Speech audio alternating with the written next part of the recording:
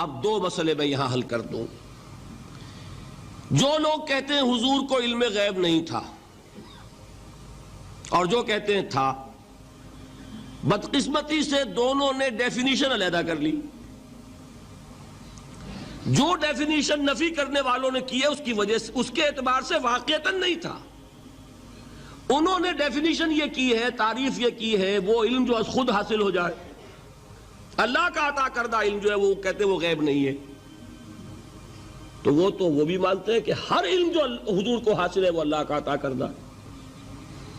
میں سائی والی میں یہ سارے مرحلے میں نے طے کیے نا اپنے زمانہ طالب علمی میں. مولانا منظور احمد شاہ صاحب ہیں سائی وال میں ایک، میں ان کے پاس حاضر ہوا. میں نے کہا جی یہ مسئلہ کیا ہے علم غیب کا، مجھے ذرا سمجھائیں. انہوں نے ایک کتاب اپنی نکالی کہ دیکھیے صاحب، ہم حضور کے علم کے بارے میں یہ باتیں مانتے ہیں. حضور کا علم حادث ہے، قدیم نہیں ہے. حضور کا علم محدود ہے، لا محدود نہیں ہے. حضور کا علم عطا کردہ ہے، ذاتی نہیں ہے. میں نے کہا یہ تین باتیں اگر آپ مان لیں تو میرا تو جھگڑا کوئی نہیں آپ سے. ہوتا کیا ہے جب آئیں گے وعظ میں، خطابت میں، تو عالم ما کان وما یکون، اب الفاظ وہ استعمال کر جائیں گے. ایک واعظ ہے، عام مقرر ہے، واہ واہ ہوتی ہی نہیں، نعرے لگتے ہی نہیں، محفل میں گرمی آتی نہیں جب تک کہ ایسے مبالغے نہ کریں. لیکن وہ چیز لکھی ہوئی ان کے ہاں ہے کہ حضور کا علم حادث ہے، قدیم نہیں ہے.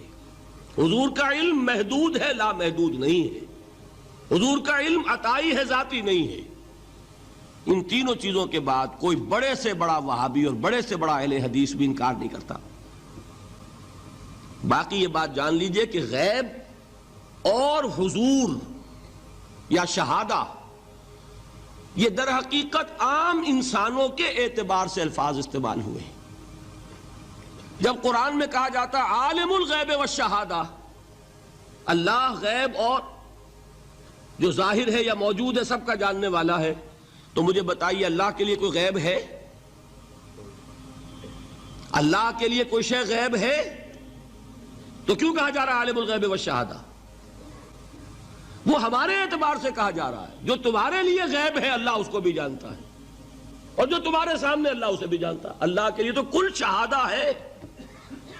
کسی شے کا لا یعزب عنہ مثقال ذرۃ فی السماوات والارض، آسمانوں اور زمین کا ایک ذرہ بھی اس سے غائب نہیں ہوتا.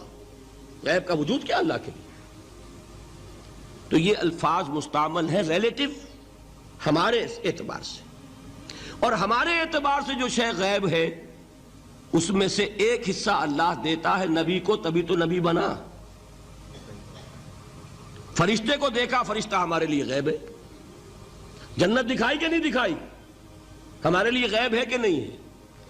دوزخ کا مشاہدہ کرایا کہ نہیں کرایا، ہمارے لیے وہ غیب ہے کہ نہیں ہے. جو چیزیں ہمارے لیے غیب ہیں انہی کے پردے اللہ کچھ اٹھاتا ہے. کل غیب نہیں. کل غیب کا علم ہو جائے گا تو وہ شرک ہو جائے گا. کل کا لفظ جہاں آیا شرک ہوا. جب آپ کہہ رہے ہیں محدود ہے، لا محدود نہیں ہے، تو کل کا لفظ استعمال نہیں کر سکتے. لیکن غیب میں سے کچھ علم دیا گیا تبھی تو نبی بنا، ورنہ میرے اور نبی میں فرق کیا ہوا پھر؟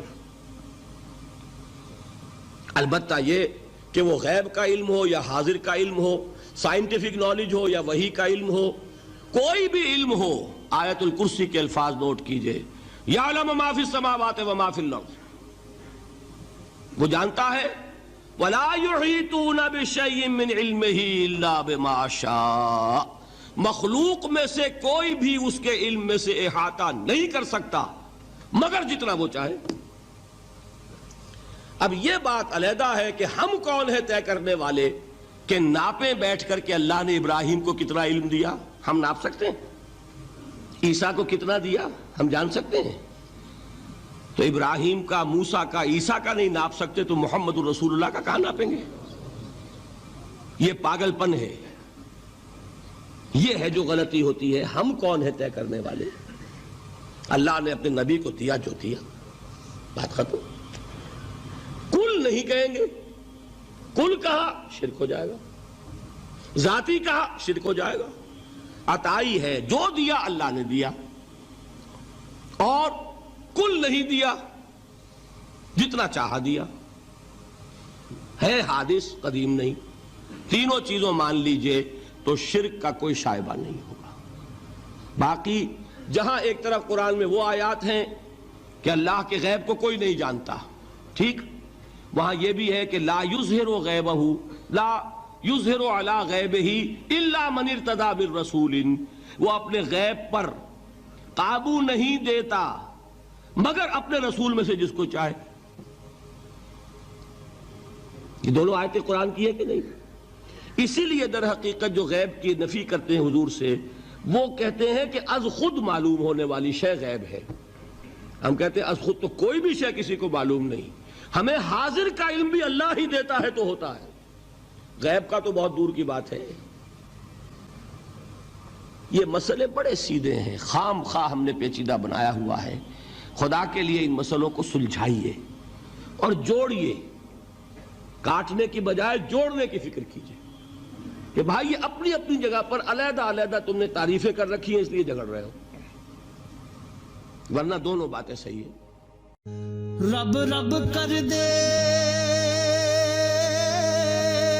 بڈھے ہو گئے اتے ملا پنڈت سارے،